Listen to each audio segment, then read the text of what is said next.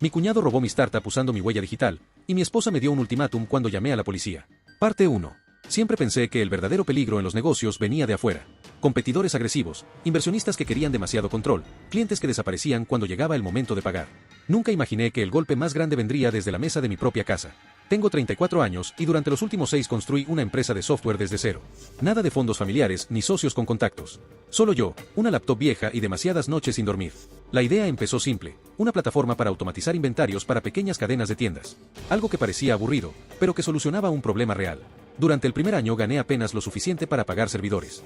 Durante el segundo año empecé a cerrar contratos pequeños. Para el tercero ya teníamos clientes en 3 ciudades y un flujo de dinero estable.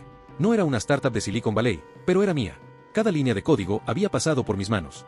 Y entonces apareció Mateo. Mateo es el hermano menor de mi esposa Laura. Siempre fue el tipo de persona que tenía un plan nuevo cada mes. Un mes quería abrir un bar. Al siguiente quería hacer trading. Después hablaba de criptomonedas como si fuera un gurú financiero. Nunca terminaba nada. Cuando se enteró de que mi empresa empezaba a generar dinero, empezó a aparecer más seguido en casa. Al principio eran visitas normales, cena familiar, alguna cerveza, conversaciones casuales. Pero poco a poco empezó a hacer más preguntas. Demasiadas preguntas. ¿Cuánto vale tu empresa realmente? ¿Ya tienes inversionistas? ¿El software está patentado? ¿Quién controla los servidores? Al principio no me molestó. Pensé que solo era curiosidad. Incluso cometí el error de confiar. Una noche, después de varias cervezas, le enseñé el panel administrativo de la plataforma. No el código, pero sí la arquitectura general. Usuarios, servidores, clientes activos. Nada que pudiera robar, o eso creía. Laura me dijo después que no me preocupara. Mateo habla mucho, pero nunca hace nada. Yo quise creerle. El problema es que Mateo empezó a aparecer también en la oficina. Primero fue una visita rápida, luego otra. Después empezó a quedarse más tiempo. Decía que quería aprender de negocios. Incluso empezó a ayudar con cosas pequeñas. Responder correos, revisar tickets de soporte, organizar bases de datos de clientes. Nada crítico, pero lo suficiente para que empezara a conocer cómo funcionaba todo. Un día incluso me pidió ver el servidor principal. Recuerdo exactamente lo que dijo. Solo quiero entender cómo funciona todo esto. Se lo mostré por 5 minutos. 5 minutos que después lamentaría durante meses. Con el tiempo dejé de pensar en eso. La empresa estaba creciendo. Estábamos cerrando el contrato más grande que habíamos tenido hasta ese momento. Una cadena de tiendas regional que duplicaría nuestros ingresos. Yo estaba concentrado en eso. En crecer. En escalar. En contratar más desarrolladores. Nunca pensé que alguien estaba mirando el tablero, con otras intenciones. Hasta la mañana en que recibí un correo que no tenía ningún sentido. Era de uno de mis clientes más antiguos. Solo decía, ¿por qué ahora debemos pagarle a otra empresa? Me quedé mirando la pantalla. Pensé que era un error. Así que abrí el contrato adjunto. Y cuando vi el nombre de la empresa que ahora supuestamente controlaba mi software, sentí algo frío en el estómago. Porque esa empresa tenía un nombre que jamás había visto. Pero el documento tenía algo peor. Mi firma digital. Parte 2. Cuando abrí ese contrato, pensé que se trataba de un simple intento de fraude. Alguien copiando nuestro producto. Alguien intentando engañar a un cliente. Pero mientras más leía el documento, más claro se volvía algo que no tenía sentido.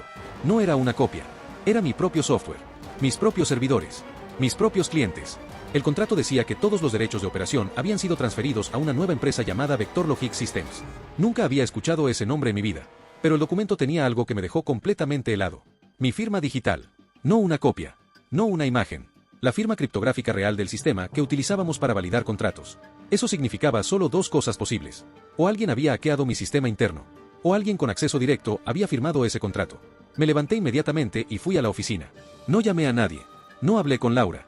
Solo necesitaba ver los registros. Lo primero que revisé fue el panel de administración. Los accesos estaban intactos. Mi usuario seguía siendo el administrador principal. Pero cuando entré al historial de actividad, encontré algo extraño. Una transferencia de permisos. 3 semanas atrás. El sistema mostraba que había autorizado acceso completo a un nuevo administrador. Usuario, Mateo R. Durante unos segundos pensé que era una coincidencia. Que alguien había creado un usuario con ese nombre. Pero cuando abrí el perfil, el correo era el personal de Mateo. Mi cuñado. Mi cabeza empezó a hacer conexiones demasiado rápido. Las visitas a la oficina. Las preguntas. El interés repentino por la infraestructura. Pero aún había algo peor. Cuando abrí el registro de contratos, encontré el documento que había recibido el cliente. La transferencia de operación de la plataforma. Valor del acuerdo, $1.2 millones. Pagados por adelantado. A Vector Logic Systems. Abrí el registro de la empresa en línea. Fecha de creación. 2 meses atrás. Director ejecutivo. Mateo Serrano. Sentí como me empezaba a temblar la mano. Pero lo que terminó de romper cualquier duda fue ver la dirección registrada. Era un pequeño despacho corporativo, a 5 calles de mi propia oficina. Mateo había creado una empresa. Había usado mi software. Había transferido mis clientes. Y había cobrado más de $1 millón. Usando mi propia firma digital. Durante varios minutos me quedé mirando la pantalla sin saber qué hacer. Entonces revisé el acceso que había usado para firmar el contrato. El sistema registraba autenticación biométrica. Huella digital. Mi huella digital. Pero yo jamás había firmado ese documento. Jamás había autorizado ese acuerdo. Hasta que recordé algo que me hizo sentir enfermo. 3 meses atrás instalé un nuevo lector biométrico en la oficina para firmar contratos importantes. Mateo estaba ahí ese día. Incluso bromeó sobre lo futurista que era. Yo mismo le mostré cómo funcionaba. Incluso lo usó una vez, solo para probar el sistema. En ese momento no entendí lo que eso significaba. Pero cuando revisé los registros técnicos, descubrí algo que me hizo cerrar el portátil lentamente. Porque la huella que firmó el contrato no era exactamente la mía. Era una copia biométrica almacenada en el sistema. Una copia que alguien había duplicado. Y en ese instante recibí un mensaje de texto. De Mateo. Solo decía: supongo que ya viste el contrato. Deberíamos hablar antes de que hagas algo que arruiné tu matrimonio. Me quedé mirando el mensaje. Y antes de que pudiera responder, Laura entró a la oficina, con los ojos rojos. Y lo primero que dijo fue: mi hermano dice que estás a punto de destruir su vida. ¿Qué hiciste? Parte 3. Laura cerró la puerta detrás de ella y se quedó mirándome como si yo fuera el culpable de algo que todavía no entendía. Mateo dice que lo estás amenazando con demandarlo, dijo. Sentí un nudo en el pecho. Laura, tu hermano acaba de robar mi empresa. Ella negó con la cabeza inmediatamente. Eso no es lo que él dijo. Abrí el portátil y giré la pantalla hacia ella. Le mostré el contrato, la transferencia, la empresa, el $1.200.000. Durante unos segundos guardó silencio. Luego dijo algo que todavía me cuesta procesar. Tal vez solo quería ayudarte a crecer más rápido. Me quedé mirándola. ¿Ayudarme? ¿Robándome? Ella cruzó los brazos. Mateo dijo que tú no sabías escalar el negocio, que él solo organizó una venta estratégica. Respiré profundo. Intenté mantener la calma. Laura usó mi firma digital. Dice que tenía autorización. No la tenía. Mateo dice que sí. Ese fue el momento en que entendí algo que me golpeó más fuerte que el robo. Ella ya había elegido de qué lado estaba. Abrí el registro biométrico otra vez. Mira esto. Le mostré la huella digital duplicada. La copia almacenada en el sistema. Tu hermano clonó mi biometría para firmar contratos. Laura miró la pantalla. Pero su reacción no fue la que esperaba. Eso no prueba que él lo hizo. Sentí que la sangre me hervía. Entonces, ¿quién? No respondió. En cambio sacó su teléfono. Leyó algo. Y luego dijo algo que me dejó helado. Mateo dice que si haces esto público, el trato con los inversionistas se cae.